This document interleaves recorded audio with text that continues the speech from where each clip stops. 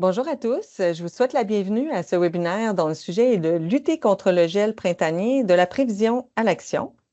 Cette vidéo est offerte par le ministère de l'Agriculture, des Pêcheries et de l'Alimentation. Je me présente, je suis Caroline Turcotte, je suis agronome et conseillère en horticulture fruitière dans le secteur des arbres fruitiers, de la vigne et des fruits émergents à la direction régionale de l'Estrie au MAPAC.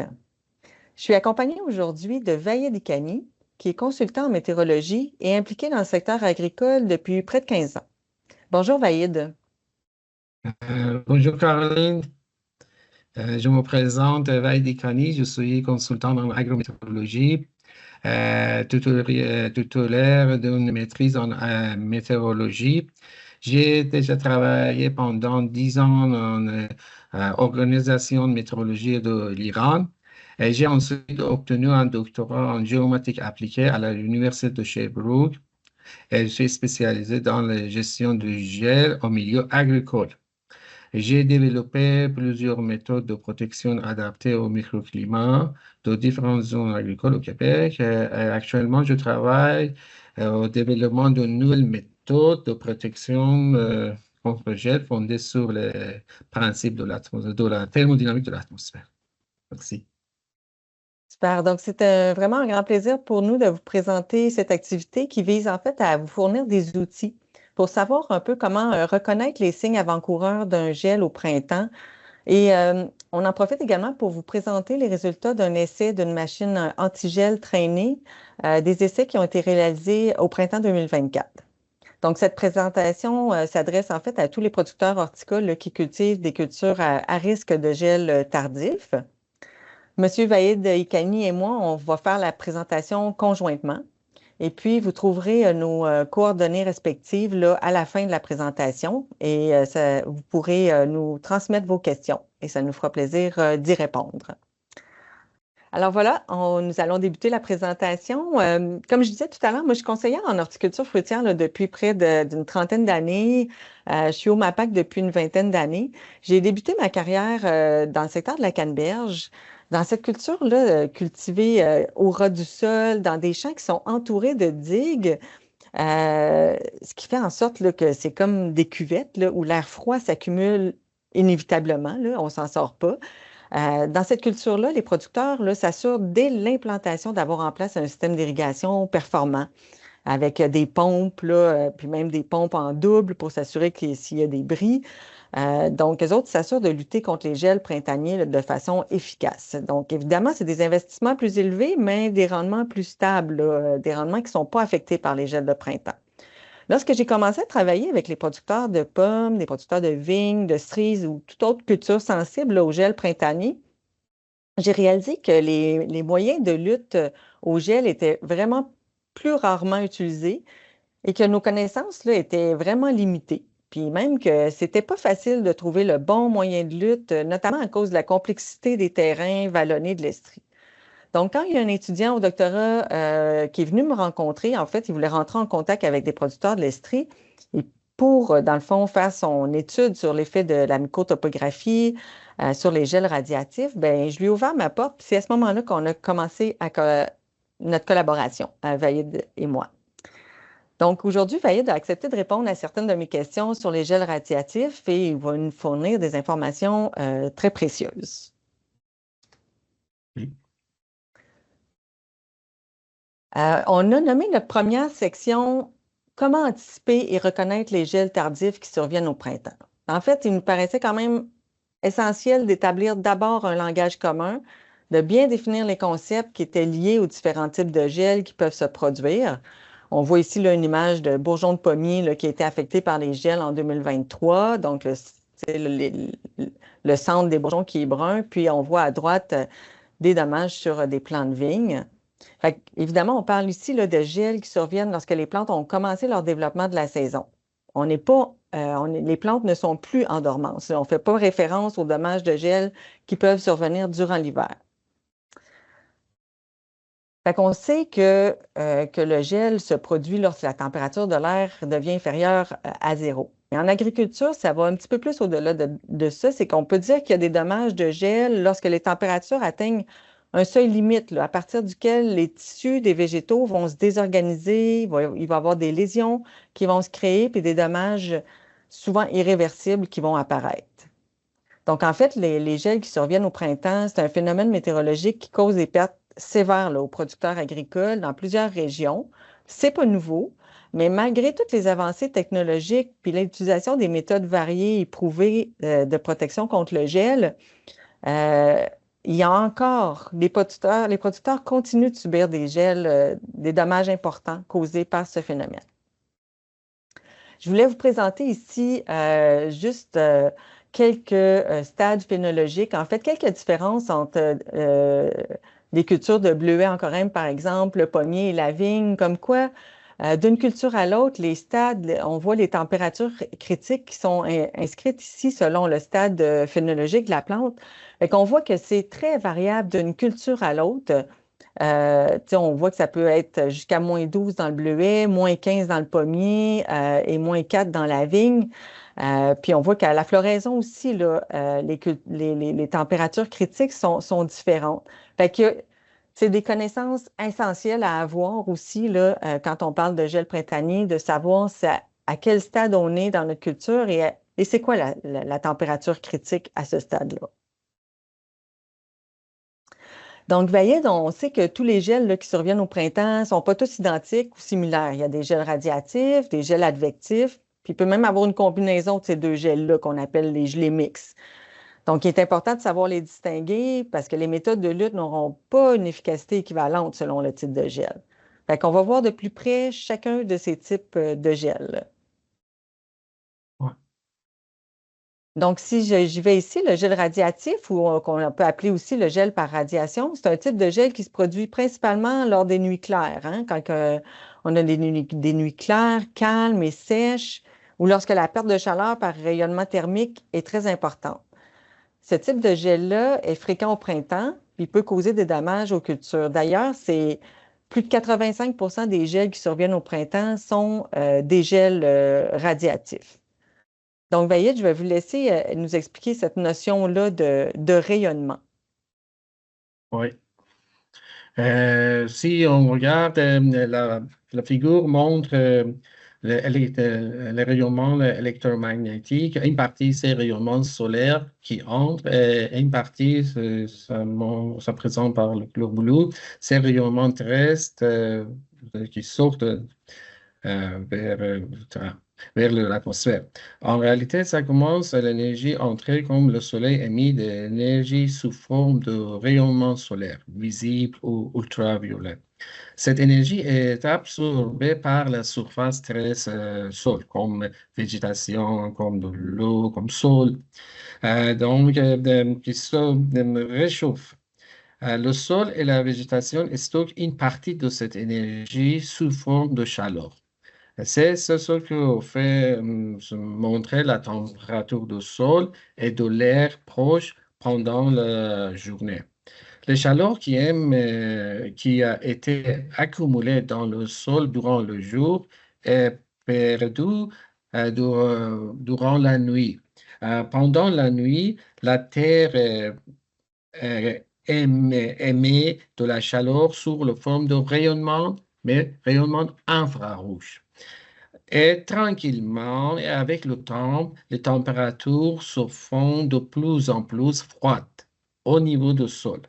Donc, le bilan énergie sera négatif. Ça veut dire que ce qui entre comme rayonnement au ciel, si vous regardez à droite, si le rayonnement ciel, moins le rayonnement du sol rentre négatif, donc il y aura la chute de température. Ça, c'est le mécanisme de refroidissement, surtout dans ce type de radiation, gel de radiatif.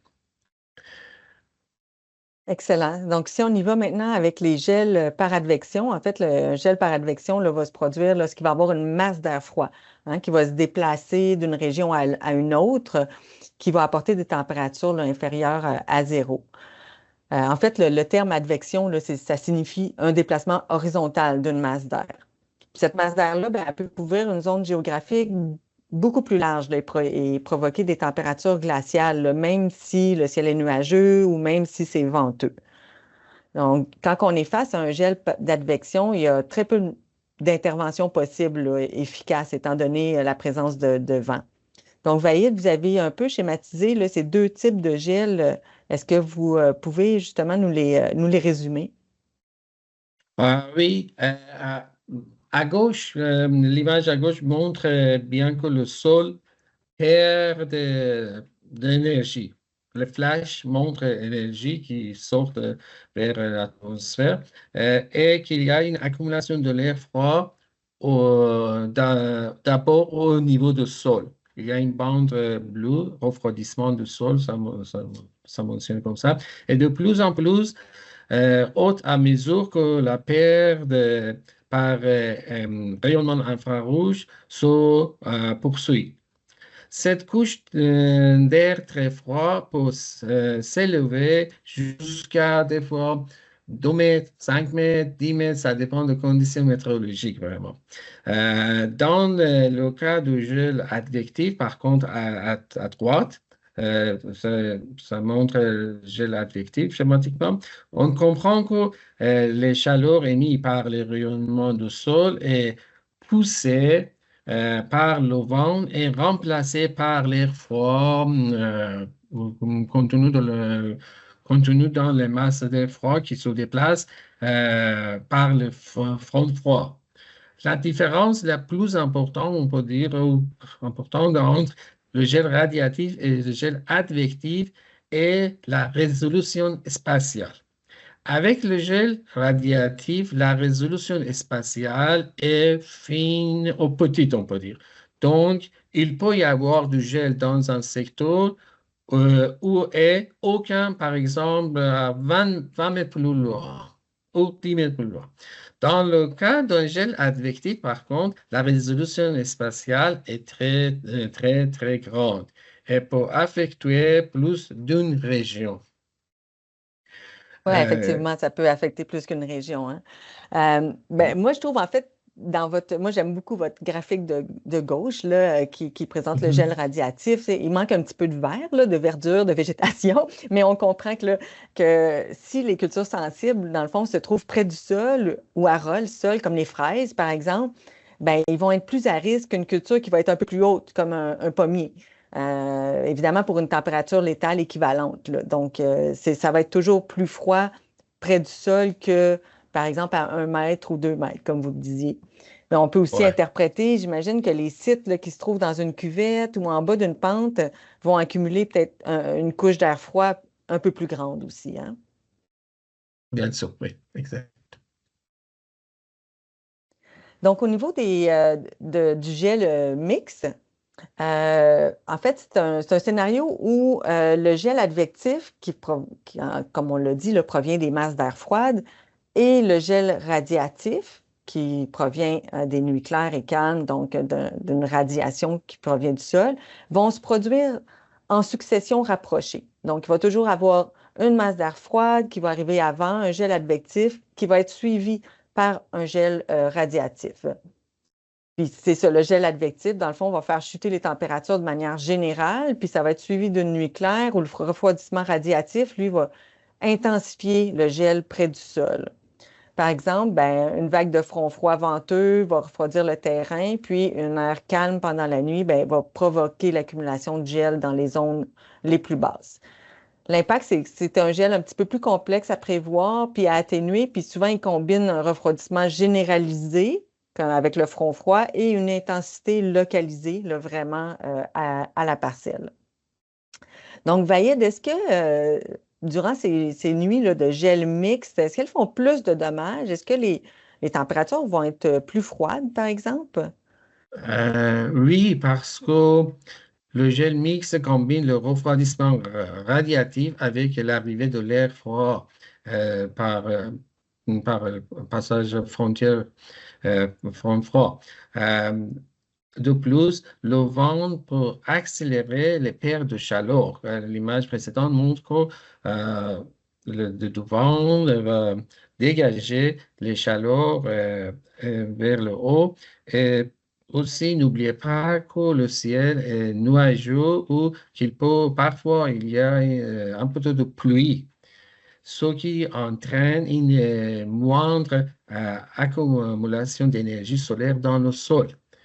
Par conséquent, la température du sol et de l'air chute plus rapidement et atteint des valeurs plus basses. Donc, la réponse est positive. C'est la raison pour laquelle, par exemple, en 2023, dans quelques régions, par exemple en Montérégie, on a enregistré la température -7, -8, parce que c'était ce qu'on a expérimenté, c'était vraiment un type de gel mixte ou gel Et gelé. je pense que vous l'avez représenté ici dans de cette animation que je vais démarrer à l'instant. Oui. La masse d'air froid avance sur une masse de l'air chaud, comme vous voulez, c'est une passage frontière. L'air chaud se lève alors rapidement, il se refroidit et vapeur d'eau qu'il contient se condense, ce qui peut provoquer la formation de nuages et après précipitation possible. Par la suite, le ciel devient clair. Oui, et le rayonnement infrarouge du sol debout, et il y a un refroidissement radiatif nocturne intense qui s'installe. Et donc, on a rapidement perdu la température, perdu la chaleur, et c'est la raison pour laquelle la température enregistrée, c'est des fois, c'est moins que -5, -6, ou comme ce que j'ai mentionné, -7 enregistré des fois sur la Montérégie dans quelques régions. Parfait. Donc, si on résume, en fait, ce diagramme-là résume bien, là, le gel advectif qui est causé par une masse d'air froid, on le répète, qui est poussé par des vents d'au moins 5 km/h, puis le ciel peut être nuageux. Et la résolution spatiale, elle est très grande. Le gel mixte, lui, est toujours causé d'abord par les conditions d'un gel advectif, suivi d'un gel radiatif. Ici, durant un gel radiatif, les vents sont faibles, donc souvent moins de 5 km à l'heure, sont faibles ou nuls. Le ciel est clair. Euh, Souvent, il va y avoir présence d'un phénomène d'inversion de température avec une couche d'inversion qui va pouvoir se situer à 10 ou 60 mètres en altitude. Il y a un phénomène de drainage de l'air froid et il y a une formation d'une gelée noire ou d'une gelée blanche, tout dépendant du point de rosée. Fait qu'on va maintenant parler plus en détail là, de toute la notion d'inversion de température, du drainage de l'air froid, du point de rosée, pour justement un peu démystifier là, cette gelée blanche, cette gelée noire. Donc, est-ce que effectivement, vous pouvez nous parler de ce phénomène d'inversion thermique? Oui, à gauche, ça montre les conditions normales lorsque le rayonnement solaire durant le jour est supérieur au rayonnement du sol durant la nuit. Ce on a discuté avant, bilan d'énergie est positif. Donc, par conséquent, les températures sont plus chaudes près du sol et ce refroidissement graduellement plus on monte vers en altitude. Sur la figure à droite, par contre, on peut observer les variations de température caractéristiques d'un gel radiatif. Et les températures sont plus basses près du sol en raison d'un bilan énergétique nocturne négatif, ce qui provoque un refroidissement de la surface. Donc, l'air froid plus dense s'accumule dans les basses couches, les couches plus proches de sol, et déplace l'air chaud qui est plus léger se déplace vers haut, vers couche supérieure. Donc, avec le temps, il y aura une inversion thermique. À droite montre les conditions d'inversion thermique. Si on regarde, on peut trouver la température -2 ou -1 proche de la sol. Par contre, à gauche, c'est la condition normale. On peut trouver la température plus chaude proche de la sol. +2, +1, 0, -1. Il y a la température plus négative en haut. Donc, ça montre vraiment une condition d'inversion thermique. Il y a différentes méthodes contre gel qui utilise l'énergie accumulée dans le plafond de l'inversion contre le jet. Donc, on voit ici, en fait, Vaïd nous a préparé une animation où on voit que certaines méthodes de lutte, là, comme les machines à vent, par exemple, ou l'utilisation d'hélicoptères, visent précisément là, à récupérer l'énergie transférée, c'est ça, à récupérer l'énergie qui se trouve en atmosphère, présente dans le plafond d'inversion par un mouvement turbulent.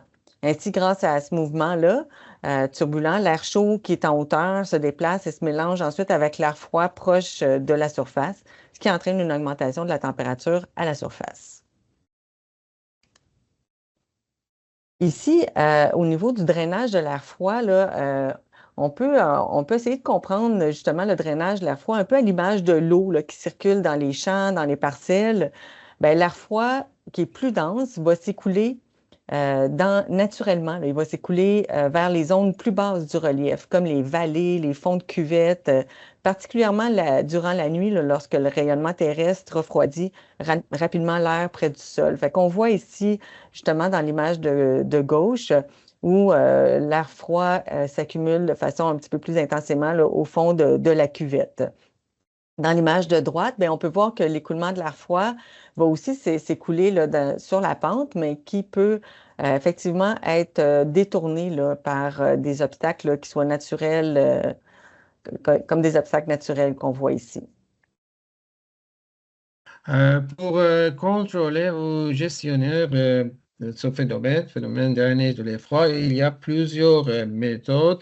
Une méthode plus simple et plus économique, c'est aménagement du territoire. Si on regarde à gauche, ça montre les flashs bleus, l'écoulement de l'air froid. Ça passe en région d'agriculture. Mais la création d'un obstacle ou plus généralement l'aménagement du territoire, c'est une méthode pour bloquer ou modifier la direction de l'écoulement de l'air froid. Si on regarde la figure à présence de manière schématique, l'effet d'obstacle fabriqué manuellement sur le changement de la direction du flux à droite. Et froid, c'est bloqué ou on a changé la direction de ça, de l'écoulement de l'air froid. Prochaine, c'est une image thermographique infrarouge. À gauche, ça c'est le terrain avant d'installer des obstacles ou avant d'aménagement. Et on peut voir les conditions thermiques par image à droite. Si on regarde précisément, on peut trouver vraiment pour la section R2 à gauche et R1 à droite, vraiment il n'y a pas beaucoup de différence. R2, minimum température enregistrée moins 7,4. Par contre, R1 à droite, c'est moins 7,1. Donc, c'est quelque chose de plus uniforme, on peut dire. La prochaine image, les figures ci-dessous montrent l'obstacle qui divise le terrain en deux parties. La côté gauche et la côté droite de l'obstacle. L'écoulement d'air froid se déplace de droite vers la gauche.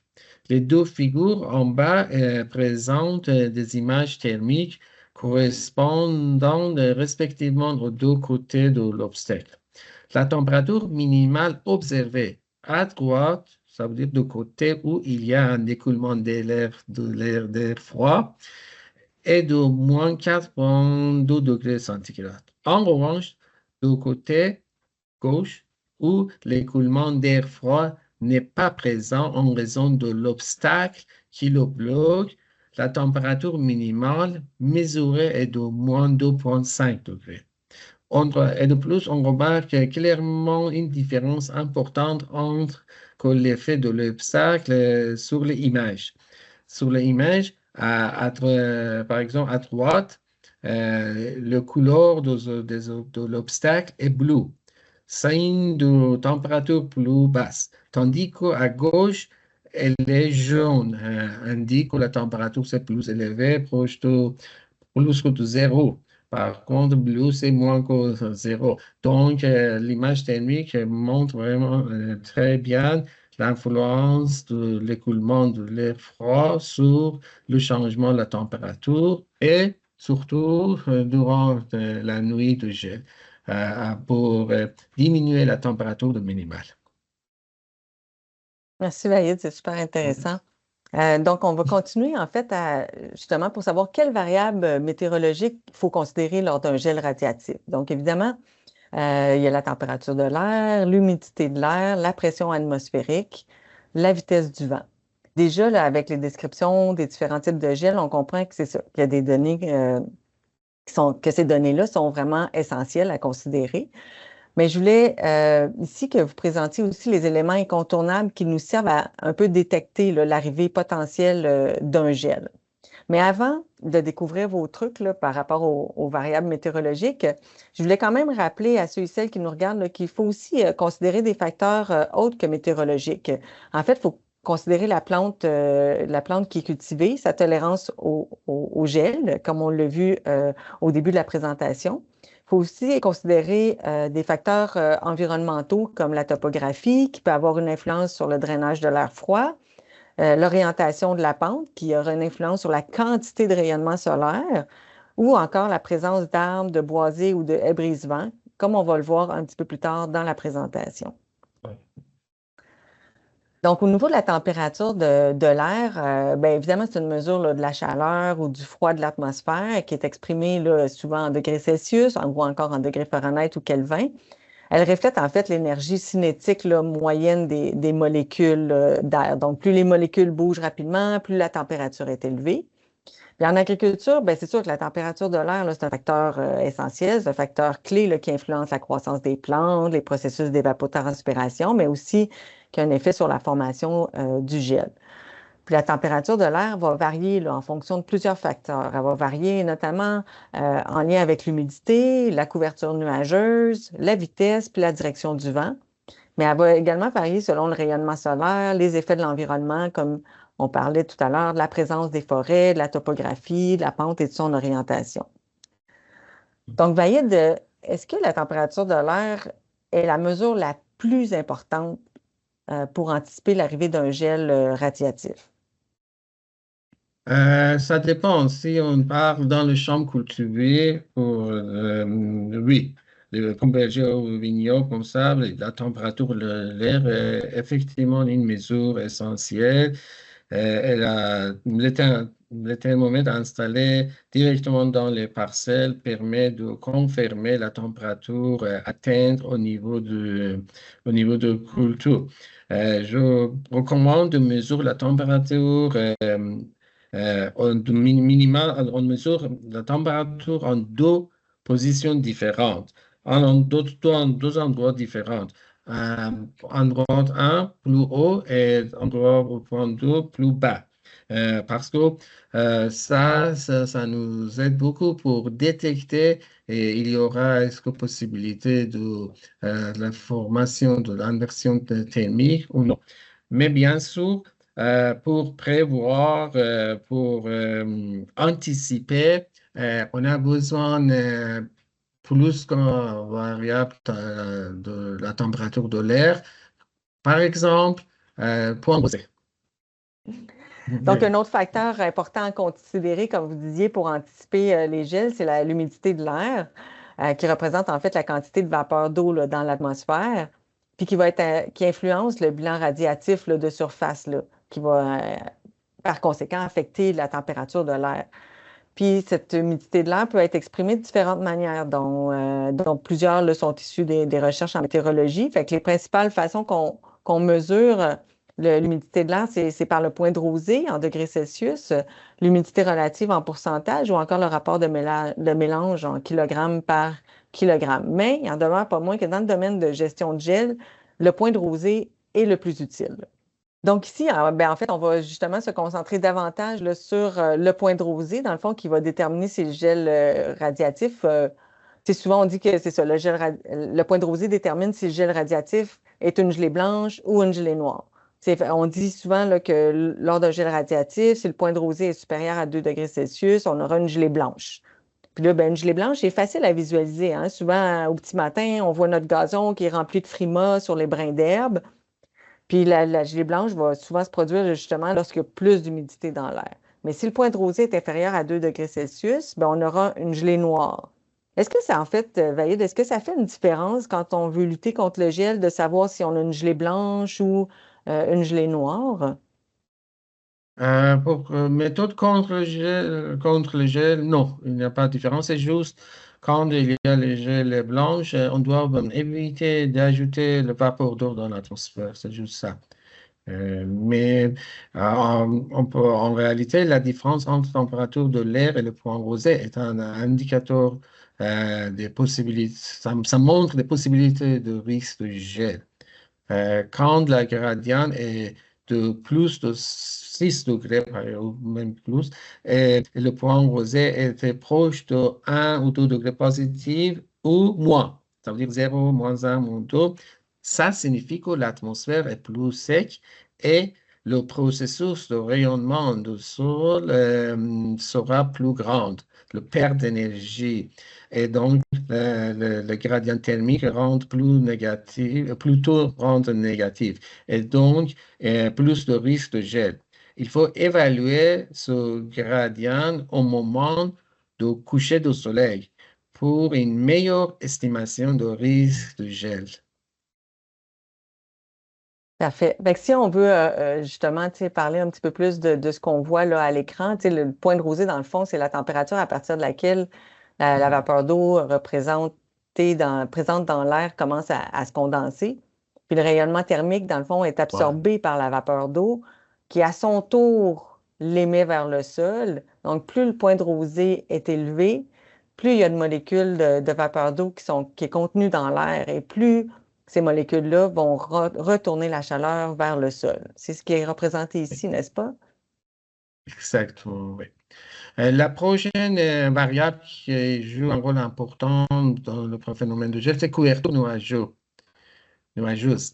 Euh, euh, si le ciel est nuageux, une partie du rayonnement infrarouge est captée par les nuages. Euh, et si le ciel est clair, interception du rayonnement est impossible et la perte de chaleur est plus facile et plus grande vers l'atmosphère. Euh, Ce qui peut engager des gels en fin de la nuit en réalité. Euh, Brièvement, on peut dire, lorsque le ciel est clair, la perte de chaleur au niveau du sol est plus importante que lorsque la nuit où le ciel est partiellement couvert. Est-ce que, dans le fond, on peut dire que les toiles géotextiles, par exemple, là, qui vont être utilisées par certains producteurs pour protéger leur culture, font un effet similaire aux nuages? Pas exactement, on peut dire oui ou non, mais pourquoi oui? Parce que les nuages et les géotextiles ont en commun la capacité d'absorber une partie du rayonnement thermique émis par le sol.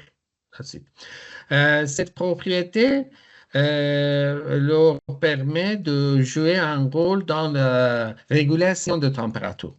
Pourquoi je dis non?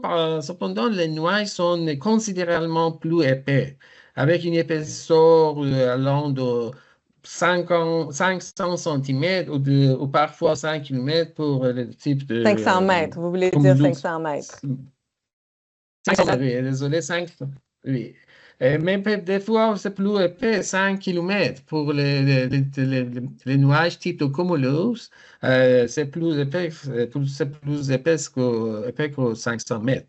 Mais totalement, ce que j'ai l'intention de dire, c'est qu'il contient une quantité significative de vapeur d'eau, ce qui leur permet d'absorber beaucoup plus de rayonnement thermique et de remettre efficacement cette énergie vers le sol. En revanche, par contre, un géotextile dont l'épaisseur dépasse maximum 1 ou 2 mm n'absorbe qu'une faible portion de rayonnement émis par le sol. entraînant ainsi que transmission importante de ce rayonnement vers l'atmosphère. De plus, le géotextile perd également de l'énergie en raison de la circulation de l'air froid qui l'entoure et qui traverse la toile, car il est en contact direct avec l'environnement ouvert. Comme conclusion, pour cette raison, il est essentiel d'accumuler un maximum d'énergie dans le sol pendant la journée. Peu importe le type de couverture utilisée, celle-ci commence à perdre progressivement l'énergie accumulée dès que le soleil se couche. Par conséquent, le rôle de géotextile est principalement de retarder la perte de chaleur, mais il ne peut pas remplacer l'effet protecteur massif que les nuages peuvent offrir. C'est la raison pour laquelle je dis oui et non. C'est parfait, c'est parfaitement clair. Merci, Vaïd.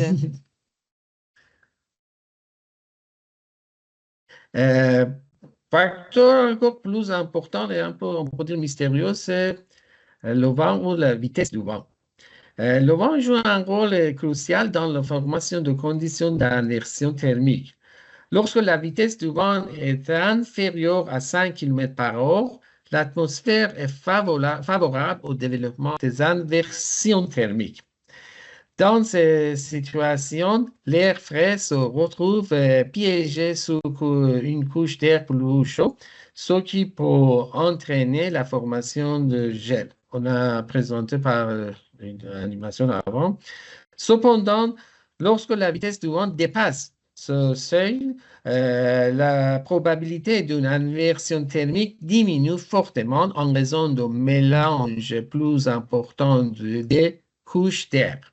Par conséquent, il est essentiel de prendre en compte tous les obstacles susceptibles de modifier la vitesse du vent, tels que, par exemple, les brises de vent ou les forêts, ou les bâtiments. Lors de l'évaluation de risque de gel et de l'élaboration de stratégies efficaces de protection contre le gel, on doit considérer tous les obstacles artificiels ou nature. La prochaine variable importante qu'on doit discuter, on doit parler, c'est la pression atmosphérique. Comme le montre cette animation, tout commence par un changement de pression. Lorsqu'il y a une basse pression, d'importants échanges se produisent entre les couches inférieures et supérieures de l'atmosphère. Le vent se lève, des passages nuageux apparaissent. Ces mouvements contribuent à homogénéiser les températures. Grâce à ces homogénéiser, le refroidissement par rayonnement est fortement limité et ce que rend la formation d'inversion thermique beaucoup plus difficile. En revanche, lorsque la pression atmosphérique augmente, un découpage s'installe entre l'atmosphère proche du sol et les couches supérieures. Voilà ce qu'on regarde ici. Cela favorise un ciel dégagé, entraîne une perte d'importance énergie par le rayonnement, provoque une chute marquée de température et par conséquent la formation d'une inversion thermique. Et finalement, il y a une augmentation du risque gel type de radiatif. Voilà, comme l'image montre, il y a une variation spatiale très fine pour chaque côté. En fait, si je comprends bien, là, Vaïd, les gels radiatifs vont survenir toujours lorsque la pression atmosphérique est à la hausse, donc 100 kilopascales et plus, justement parce qu'il n'y a plus d'échange entre les couches de l'atmosphère. De là, un peu la cassure de la chaîne, puis les différentes températures qui vont se développer selon la topographie de la parcelle. Donc, si les prévisions météo là, annoncent des températures près de zéro, un point de rosée qui est faible, donc inférieur à 3 ou 4, un ciel sans nuages, une vitesse du vent de moins de 5 km/h, puis une pression atmosphérique à la hausse, il faut être vigilant, hein, parce qu'il y a des fortes chances qu'il y ait un gel radiatif dans certaines parcelles. Donc voilà, ici, Vaïd nous a fait une petite animation pour savoir quels sont les paramètres qui influencent la variabilité spatiale de la température. Mais au final, moi, je comprends que le choix et l'aménagement du site a une grande influence sur l'occurrence des gels et en fait sur leur fréquence et leur sévérité. Fait qu'on pense, comme on peut voir dans la vidéo, là, on peut penser au rayonnement solaire en lien avec l'orientation de la pente en tant que telle, le drainage de l'air froid, la présence d'arbres ou de forêts. Mais il y a aussi tout ce qui touche le sol, la texture du sol, l'humidité du sol et même, comme on a pu le voir dans la vidéo, le couvre-sol. Donc, plus le gazon est court, bien, plus le sol va capter le rayonnement solaire. Donc, tous les paramètres mentionnés dans cette petite vidéo influencent là, la variation de température sur un site, surtout la température minimale, et en plus, sa durée dans le temps pendant la période de gel. En fait, moi, je voulais aussi vous présenter où est-ce qu'on peut trouver ces informations-là sur les variables là, météorologiques. Fait qu'il existe plusieurs sites météorologiques qui peuvent nous fournir les données ou les prévisions météo pour la température, le point de rosée, la pression, la vitesse du vent. Ici, on vous en propose 3. En fait, il y a Environnement Canada, où on peut voir là, les données qui sont là, sur la température, la pression, point de rosée, puis même la vitesse du vent. Il y a également Weather Underground, qui va peut-être être plus approprié pour les entreprises qui sont situées près de la frontière américaine. Et il y a également Spot WX, dans lequel on peut choisir le type de prévision en fonction de la résolution. Donc, vous avez juste à identifier la zone où vous vous trouvez et ensuite choisir la résolution spatiale et au niveau des prévisions. Donc, il y a des résolutions spatiales à 2,5 km, à 10, à 15 km. Donc, l'important, en fait, dans tout ça, c'est de trouver la source de données de prévision qui représente le mieux la situation chez vous. Donc, maintenant, j'ai demandé à Vaïd de m'expliquer l'effet des arbres, des haies brise-vents, des forêts sur les risques de gel. Est-ce qu'ils ont toujours pour effet d'accentuer le risque de gel? La réponse se trouve un peu dans ce diagramme. On pourrait parler de cet aspect-là là, pendant 45 minutes, Vaïd m'a dit, mais on va essayer de condenser ça et juste au moins d'aborder le sujet. Fait qu'on voit que dans la partie en jaune, les arbres, les haies, les forêts peuvent avoir un effet aérodynamique, en fait, un effet sur la facilité de déplacement du vent. Donc, en fait, sur une autoroute, là, un arbre serait comme un autobus, puis un terrain de golf comme une Porsche. Donc, on voit que les arbres, ils peuvent avoir un effet, un impact direct sur la vitesse du vent, tout dépendamment de l'orientation du vent, de l'angle de la haie ou des arbres. Ben, ça peut diminuer la vitesse du vent dans une parcelle cultivée et ainsi venir augmenter le risque de gel radiatif. D'un autre côté, le vent, pas le vent, mais les arbres ou les haies peuvent aussi avoir un impact sur le drainage de l'air froid. Donc, si la forêt se trouve en bas de pente d'une parcelle qui est à risque, elle va bloquer la circulation de l'air froid qui va s'accumuler dans la parcelle cultivée, qui va augmenter le risque de gel radiatif.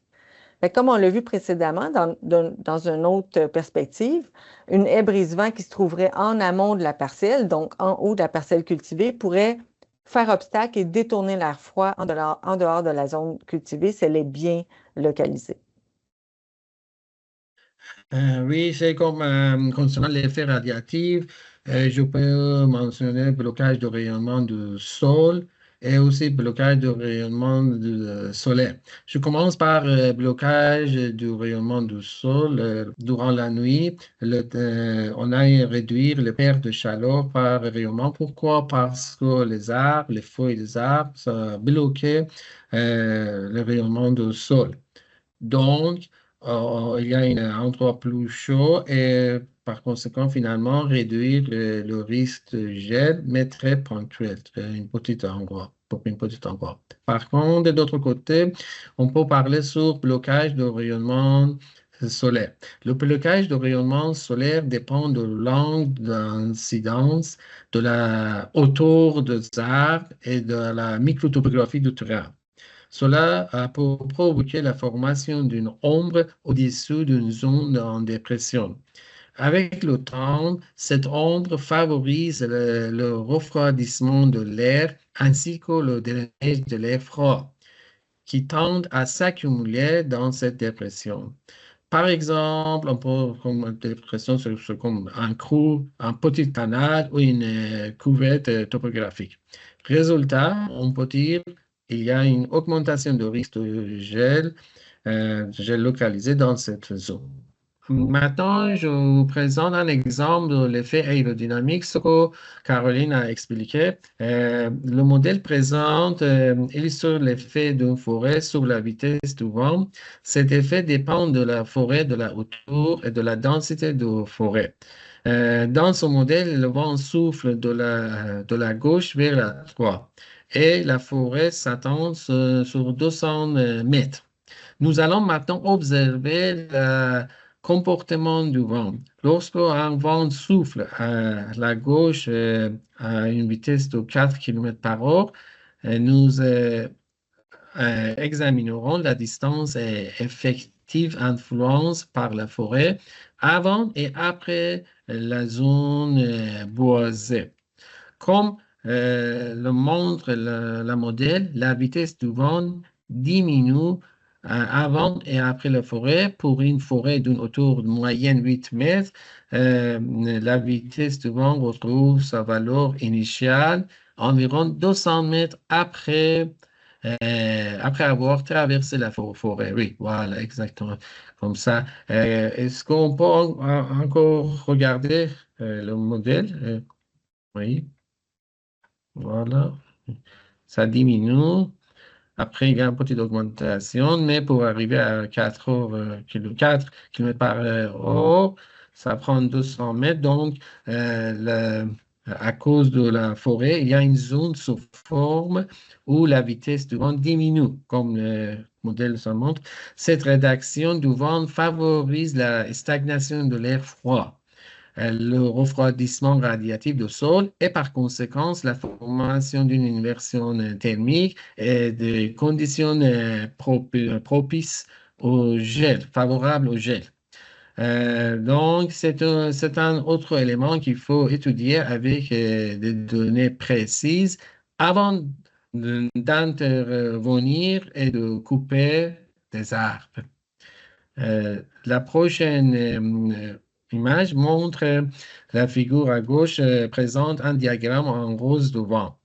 Pour bien vérifier l'impact et l'influence des arbres, des esbrisements et des forêts sur la vitesse du vent, il est important de disposer de données précises sur les différentes directions du vent et non de simples approximations. En effet, une fois les S-brisants installés, leur efficacité dépend fortement de leur position par rapport au vent dominant. L'image à droite, l'image à droite montre la direction dominante. L'image à gauche montre une hausse de vent. Par contre, l'image à droite montre la direction dominante du vent ainsi que la position de forêt. C'est un vignoble en Estrie. On continue avec exemple pour effet radiatif. J'ai déjà parlé sur effet aérodynamique, maintenant effet radiatif. L'image montre une image infrarouge thermique sur un pommier. L'image infrarouge montre comme les arbres bloquent partiellement le rayonnement du sol, ce qui réduit les pertes de chaleur. À gauche, vous pouvez voir l'orange de pommier, comme le montre l'image, le zone située directement sous ou approximativement des arbres est plus chaud. Les couleurs sont vertes. Plus chaud comparé à un endroit similaire, mais sans couverture arbre. Effet des arbres, on peut dire plus chaud sur l'orange de pomme. Très bref, on peut dire comme ça. C'est un exemple. Deuxième exemple, pour l'effet radiatif, ombre portée sur une dépression. Le deuxième effet radiatif des arbres est le blocage du rayonnement solaire. Comme je dis, cet effet dépend de plusieurs facteurs, la hauteur des arbres, l'angle solaire et la microtopographie du terrain. Par exemple, lorsqu'une ombre porte recouvre une dépression comme un fossé, la température dans cette zone peut devenir plus froide que dans les zones autour de ça, avoisinantes. Les dépressions comme les fossés vont créer des réservoirs de l'air froid qui vont se déverser sur le terrain ou alentour avec le temps. Il est donc essentiel d'identifier les dépressions proches des arbres, car elles peuvent amplifier les effets de refroidissement local. Ces zones, à droite, on voit une image tridimension. Ces zones peuvent être mises en évidence à l'aide de cartes thématiques tridimensionnelles. Et valider, mais par contre, n'oubliez pas qu'on doit valider par des observations précises sur le terrain. Euh, Vers un aménagement agroforestier durable, on peut dire en combinant l'agrométéorologie et l'aménagement l'agroforestier, comme les esbrissements, on peut intervenir plus efficacement et limiter les pertes. Cette approche vise non seulement à renforcer la résilience des systèmes agricoles face au gel, mais aussi à améliorer l'efficacité des interventions sur terrain. Une telle approche permet d'appréhender les multiples interactions entre les composants biophysiques, composants climatiques et agriculture de système. Les photos en bas démontrent un bon exemple car alternative ombre et rayonnement solaire. Donc, moins de perte par rayonnement infrarouge bloqué par les feuilles des arbres. En fait, ici, ce que vous dites, Vahid, c'est qu'il est possible d'intégrer les arbres dans un système agricole de façon à ce qu'ils n'augmentent pas là, les risques de gel radiatif. Mais pour ce faire, il est essentiel de faire une bonne analyse du terrain, de la pente, de l'orientation, de la provenance des vents dominants, etc. Et aussi, probablement que tous les intervenants travaillent ensemble justement pour que tous les objectifs soient atteints. Exact, oui. Donc, pour un peu résumer les données importantes à connaître, on va présenter ici le cas du gel mixte qui est survenu dans la nuit du 17 au 18 mai 2023. Comme l'image le représente, il y a eu un passage d'un front froid durant la journée du 16 et du 17 mai, suivi par un gel radiatif là, dans la nuit du 17 au 18 mai. Donc, on va aller voir un peu ce que ça donne plus en détail au niveau des données météorologiques. Donc, on voit en fait ici sur l'axe des X, c'est l'échelle du temps. Donc, on part du 16 mai à midi jusqu'au 18 mai à midi. Donc, dans le tableau du haut à gauche, on a la température. Ici, en bas, on a la vitesse du vent. À droite, en haut, on a le point de rosée. Et en bas, on a la pression atmosphérique. Donc, on voit que, en fait, j'ai mis des lignes là, à 18 heures le 16 mai et à 18 heures le 17 mai.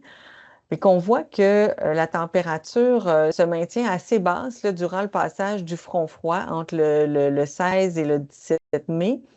Et que la température chute rapidement là, après le 17 mai, 18 heures, là, qu'il y a une chute importante de température. Si on va voir au niveau de la vitesse des vents, mais on voit que durant le passage du front froid, bien, la vitesse des vents oscille autour de 5 km/h et puis qu'il y a une augmentation là, le 17 dans la journée. Donc, vraiment où le passage du front froid se fait et qu'après 18 heures, là, les vents chutent radicalement et diminuent, sont presque nuls là, à partir de minuit. Au niveau du point de rosée, ben, on voit là, que graduellement, pendant la nuit, pendant la journée du 16 et du 17 mai, le point de rosée euh, diminue quand même de façon assez importante, puis va atteindre même là, un point de -9 là, degrés Celsius. Donc, c'est-à-dire que l'air était vraiment très, très sec à ce moment-là. Et au niveau de la pression atmosphérique, bien, on voit qu'elle, elle est euh, en augmentation là, constante.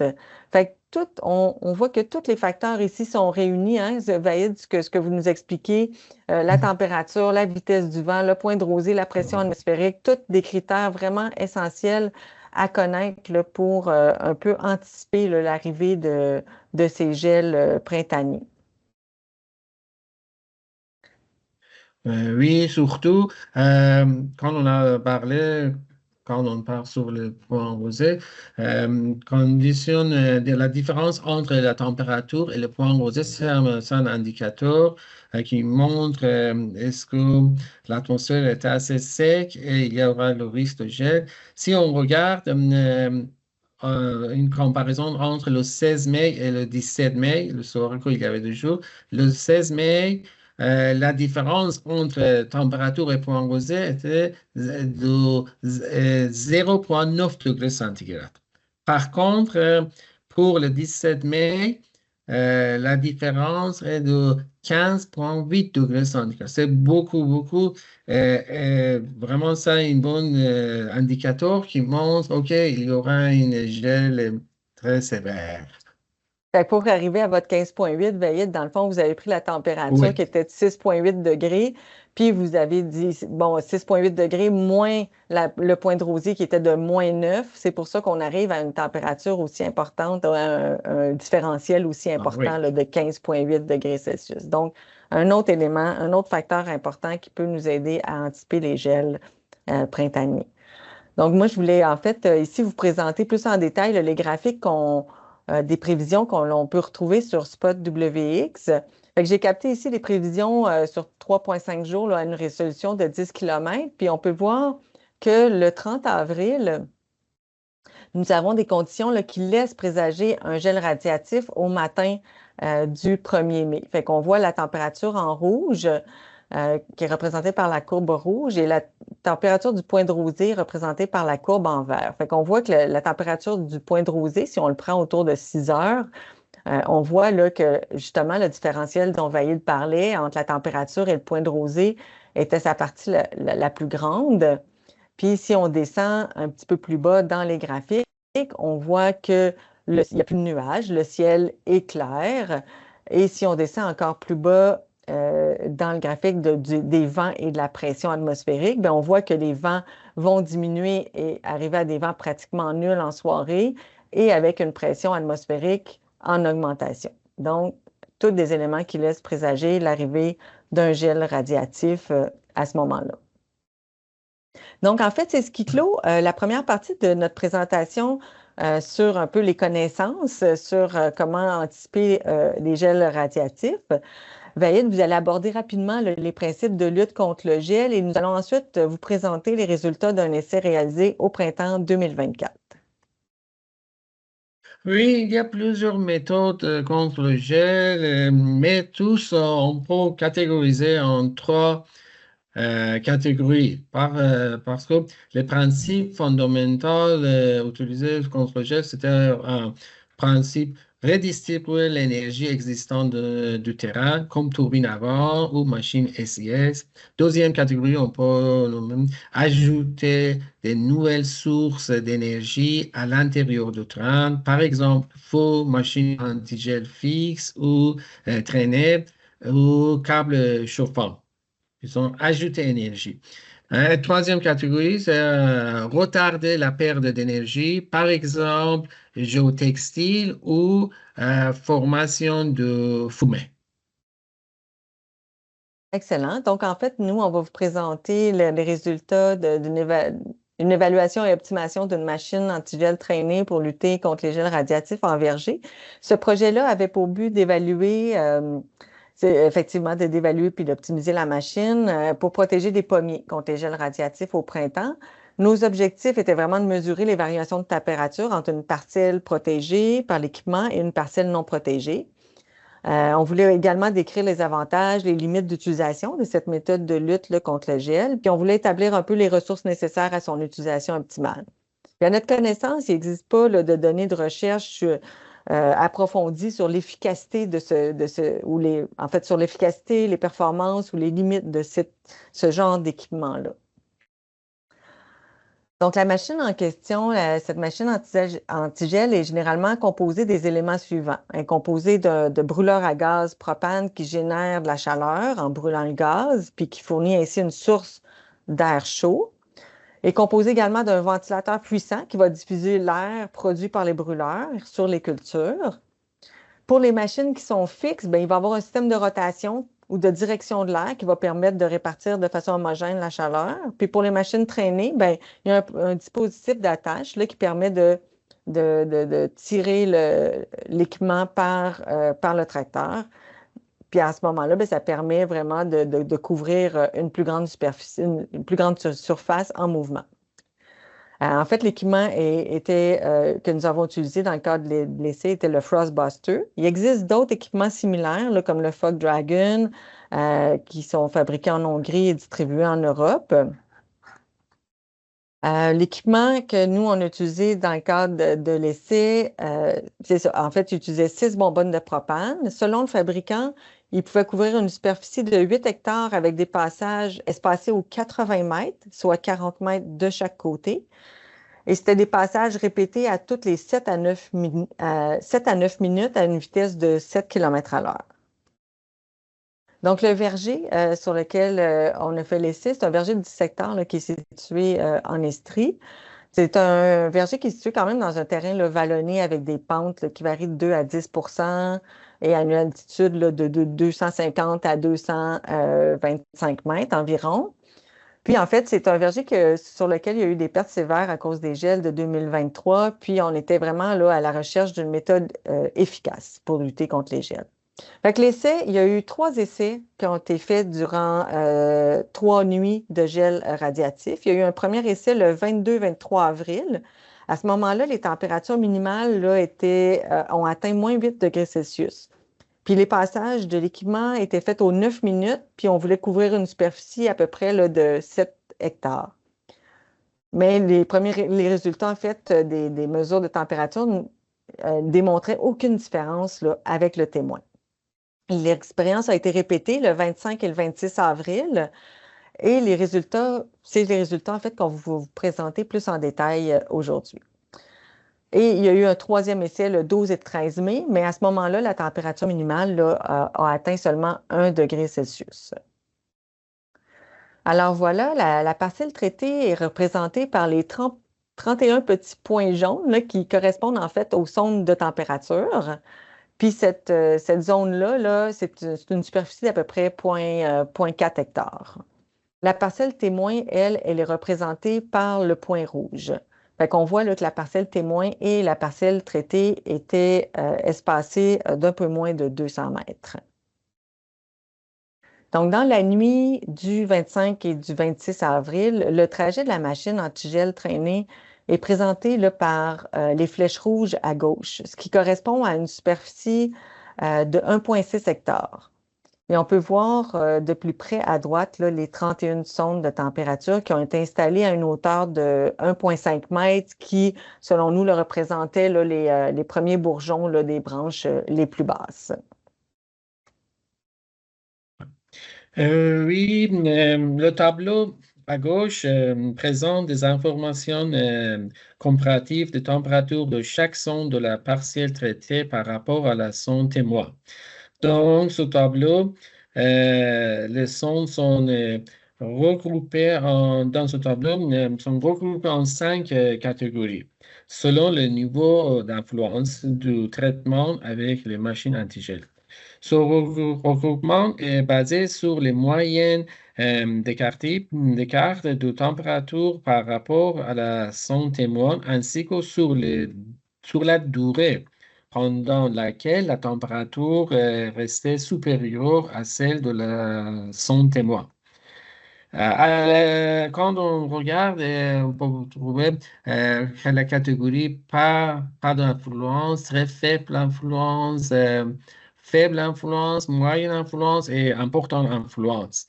À l'exception d'une sonde numéro 29, toutes les autres ont montré un effet thermique de passage de machine antigel. Selon ce tableau, le traitement de machine en moyenne augmente la température de 0,47 degrés Celsius. Mais dans certaines sondes, la température moyenne pendant la période d'essai était supérieure d'un degré et dans certains cas, cet écart atteignait même 2,6 degrés centigrades. OK. À gauche, c'est le cendre et le couleur montre correspond à son catégorie. Par exemple, le 21, c'est 29, c'est plus foncé. Euh, à droite, c'est les cartes d'orientation de pente. Par exemple, le couleur rouge montre version nord, jaune est, par exemple, la couleur vert sud et est. On peut constater que la machine a une plus influence dans le secteur sud-est de la parcelle traitée. Et avec la carte thématique de l'orientation de pente, on constate que les sondes pour lesquelles il y a eu le plus d'influence sont celles orientées vers l'est et sud-est.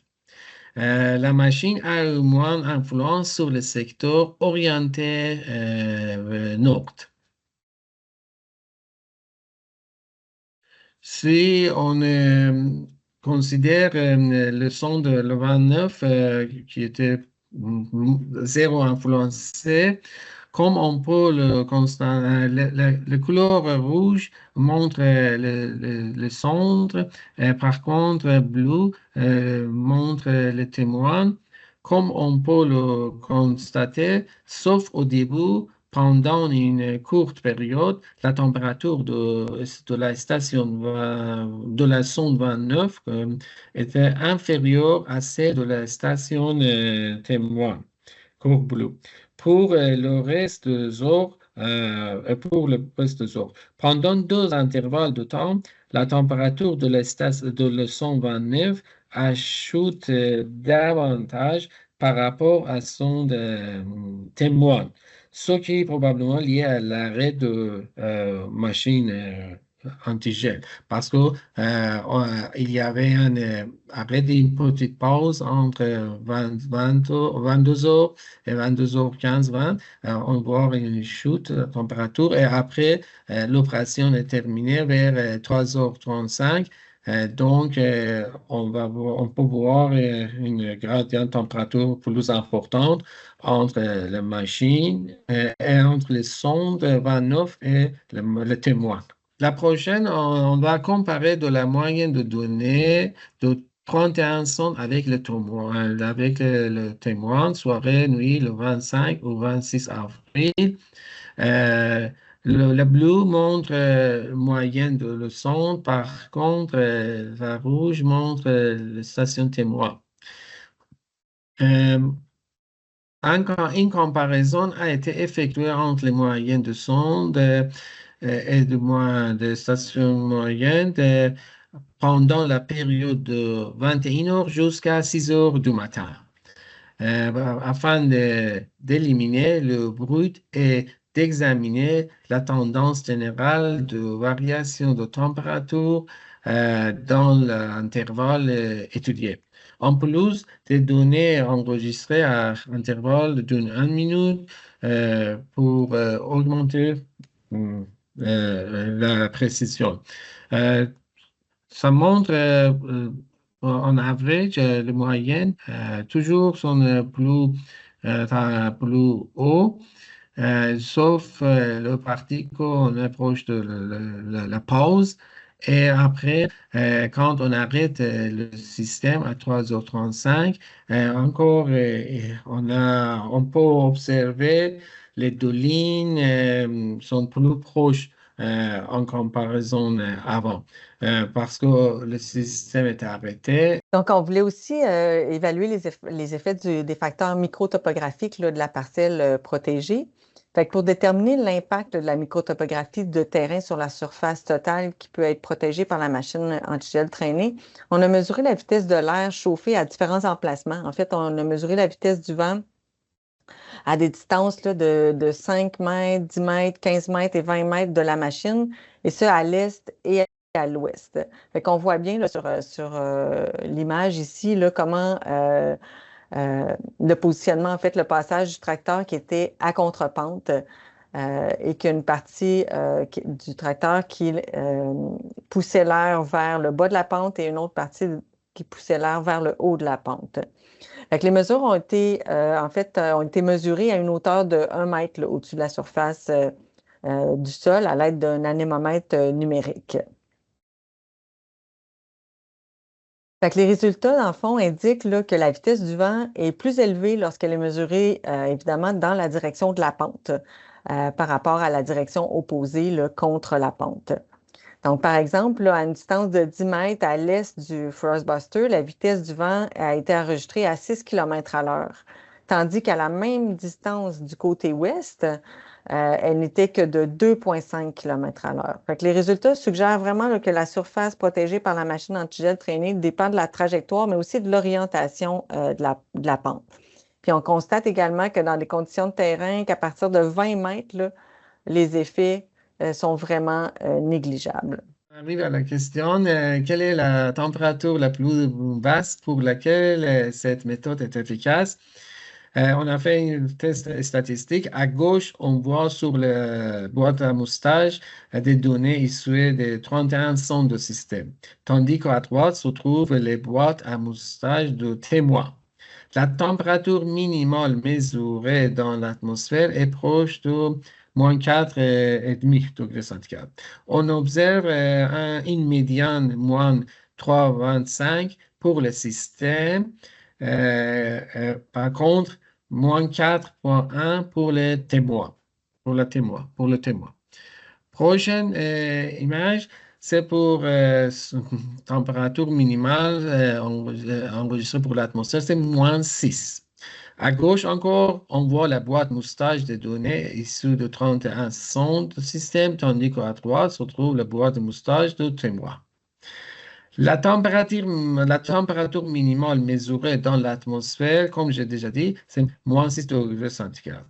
On observe une médiane de moins 4,5 pour le système de protection contre moins 4,7 degrés pour le témoin. Comme on peut trouver, les médianes sont trop proches, qui montrent que vraiment les machines antigel n'étaient pas capables dans cette condition dans cette température, moins 6, jouer un rôle très important. Donc, on peut dire la température, par exemple, proche de moins 5, c'est la température la plus basse pour laquelle cette méthode est efficace.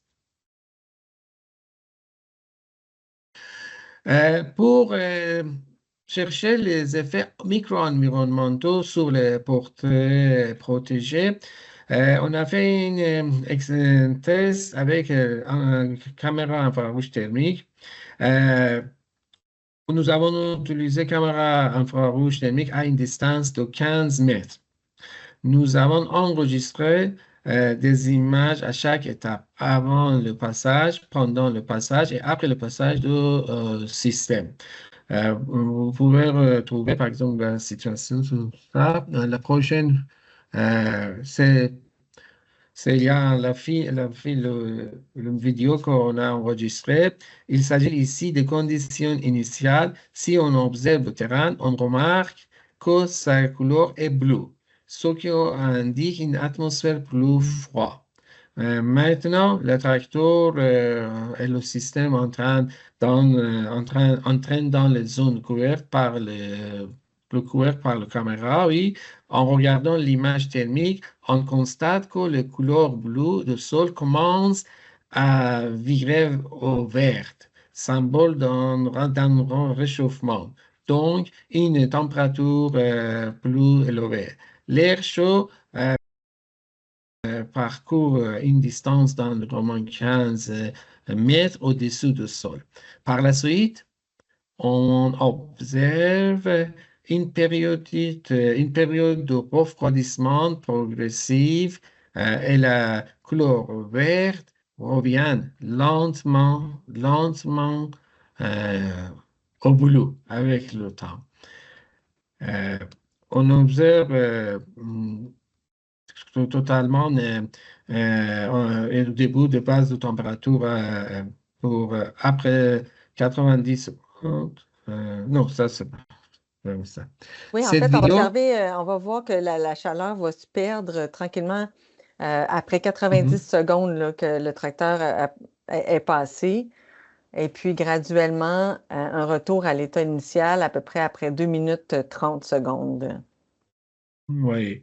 Cette vidéo montre aussi l'impact de l'auteur de gazon sur la surface réchauffée. La distance et la durée d'action de l'air chaud dépendent de la hauteur de l'herbe, qui agit comme une résistance à la circulation de l'air chaud. Selon les résultats, après 30 secondes, le vent se déplace sur une distance de 15 mètres. La hauteur de l'arbre est de 15 centimètres ou quelque chose un peu plus, 17 centimètres. Si on occupe l'arbre à 5 centimètres, ça veut dire 10 centimètres coupés, la vitesse, théoriquement, j'ai calculé, la vitesse augmente de 50%. Par conséquent, les chaleurs pourraient théoriquement se propager sur 7,1 mètres supplémentaires. Ça veut dire, au lieu de 15 mètres, on a 15 plus 7,5. Ça veut dire quelque chose comme 22 mètres d'augmentation. Voilà, l'image montre le couleur bleu. Donc, il y a un refroidissement. On entre dans le domaine de l'optimisation. Euh, il est essentiel de démarrer la machine antigel au moins 30 minutes avant de commencer l'opération. Pourquoi? Nous allons regarder le film. L'air froid de l'environnement est aspiré vers l'intérieur de la machine. Il passe ensuite par un couloir où il traverse un réservoir destiné à la chauffer. Puis, il sort finalement sous forme de l'air chaud. On va regarder.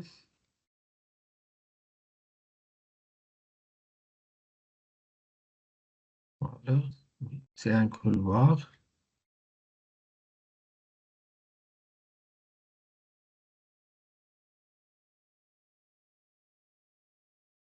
Et ici, voilà, c'est la sortie de l'air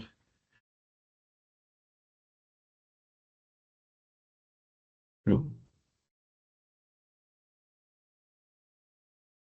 Euh, la prochaine image montre les mesures efficaces à différents moments. On montre que la température de l'air à la sortie de la machine ne dépassait pas de 40 degrés centigrades. Nos observations, on indique que la forme de couloir crée un effet de canalisation, ce qui accélérait le flux d'air froid aspiré et par conséquent maintenant le conduit froid. C'est pourquoi il est recommandé de démarrer la machine environ 30 minutes à l'avance, de façon statique. Je vais répéter, de façon statique. Ce préchauffage permet de chauffer le réservoir le couloir et la trajectoire de circulation de l'air. On peut dire brièvement l'ensemble du système. Ainsi, après ce préchauffage, le système devient suffisamment chaud et l'air aspiré ressort alors à une température plus élevée, pouvant atteindre jusqu'à 80 degrés centigrades. Alors, en fait, nos principaux constats lors de cet essai, c'était que c'est d'utiliser la microtopographie puis les caractéristiques micro-environnementales pour choisir la meilleure trajectoire possible était essentiel là, pour ajuster justement la durée des passages puis éviter les passages à contre-pente. Donc, on s'est rendu compte, en fait, que la durée des passages, là, idéalement, ne devait pas, pour ce terrain-là, dépasser 5 à 6 minutes. Puis, ça nous a également permis d'optimiser l'équipement. Donc, comme Vaïd vient de bien l'expliquer, de s'assurer de démarrer les brûleurs au moins 30 minutes avant de débuter les passages, de ne pas interrompre la circulation, très important, parce que quand on interrompt l'équipement, on arrête le passage de l'équipement, l'air froid arrive rapidement, se met en place, puis c'est difficile de réchauffer l'atmosphère à ce moment-là. Lorsque les conditions de gel et qu'il y a des présences de vent de plus de 3 km/h, idéalement, il faudrait peut-être ajouter des sources d'énergie. Puis idéalement, bien, aussi de réduire au minimum la hauteur du gazon. Donc, sur cet essai-là, il va y avoir un rapport qui va être diffusé sur AgriRéseau, dans lequel nous avons aussi fait une petite évaluation des frais d'opération de la machine, qui inclut les frais de tracteur, les frais de gaz propane et la main-d'œuvre. Ça ne tient pas compte du coût d'achat de l'équipement.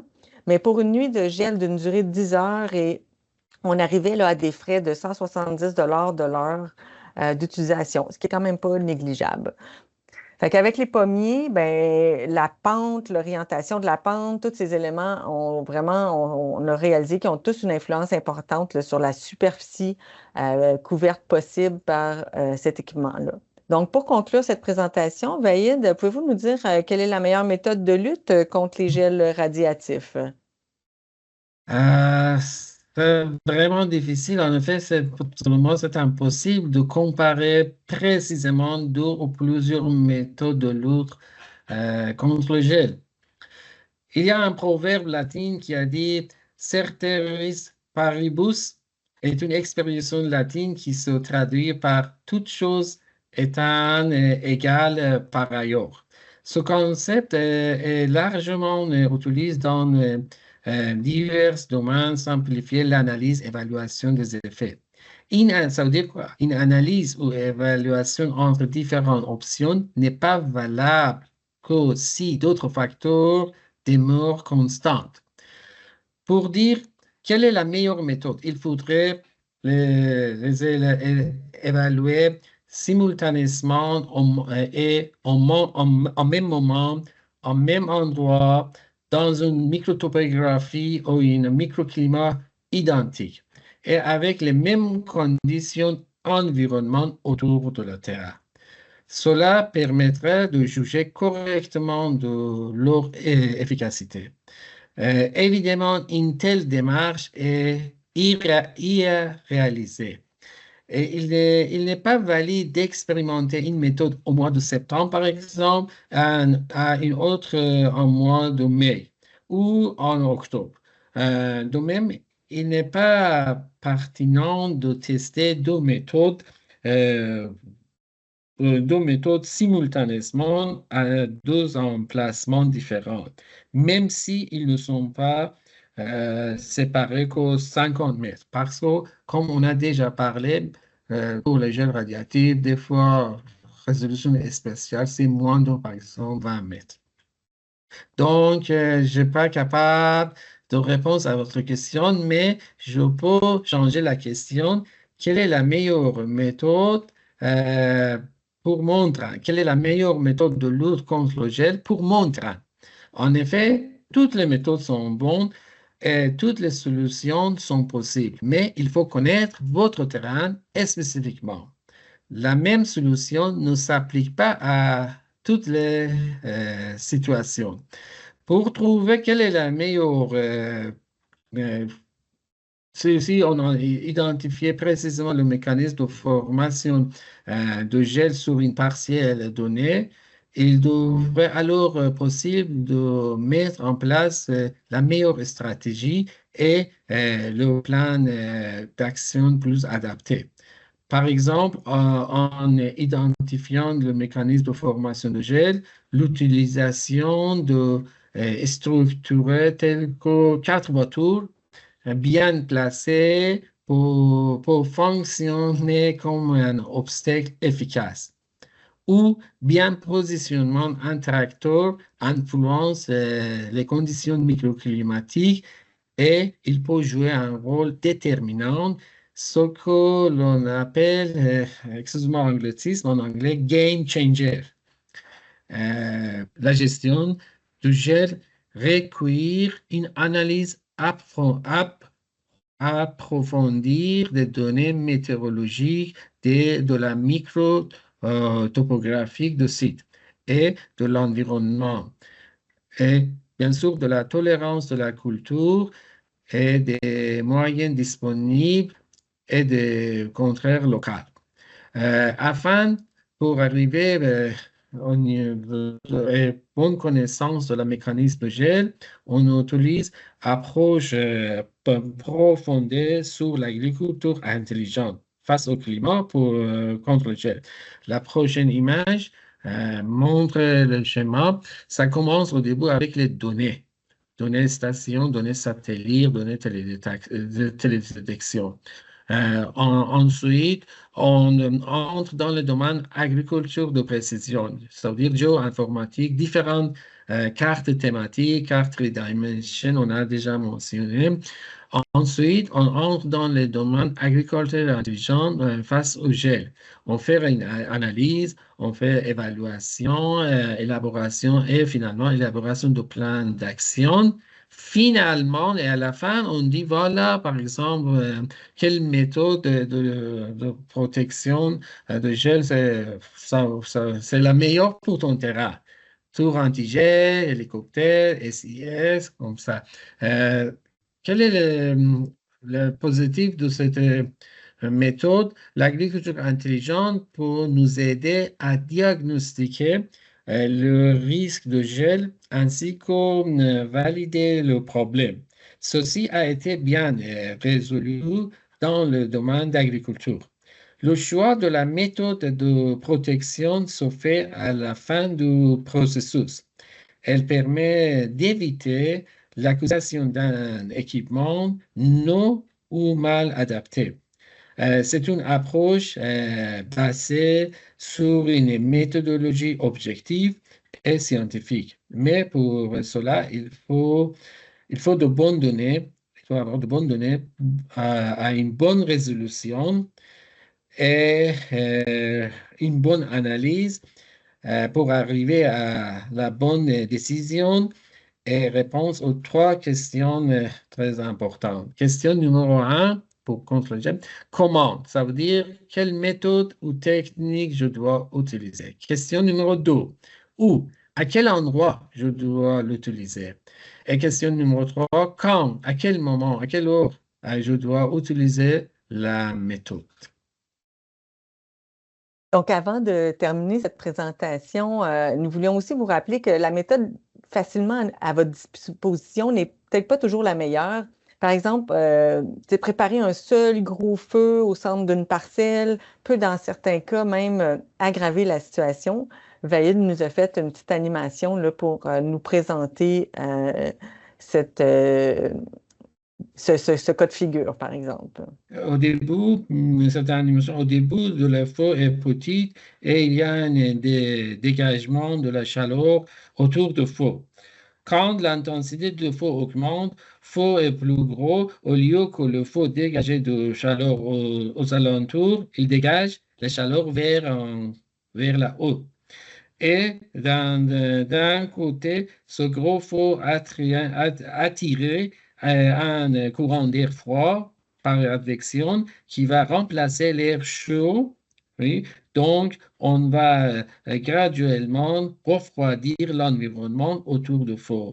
De plus, en dégageant le chaleur vers le haut, le gros feu viendra créer ou favoriser l'inversion de température, une condition favorable pour l'inversion, comme l'image montre. Oui. Donc, par conséquent, je ne recommande pas d'utiliser des grands feux. Toujours le feu plus petit, mais plusieurs feux. Excellent. Merci beaucoup, Vaïd, de vous être prêté, d'avoir accepté mon invitation. Merci à vous merci de votre intérêt, d'avoir écouté cette présentation. Si vous avez des questions, des commentaires, n'hésitez surtout pas à nous écrire. Vous avez nos coordonnées ici pour Vaïd et pour moi-même. Donc, sur ce, on vous laisse avec là, les références qui ont été consultées pour cette présentation. Et on vous souhaite une bonne journée. Merci beaucoup, Vaïd. Merci, bonne journée également.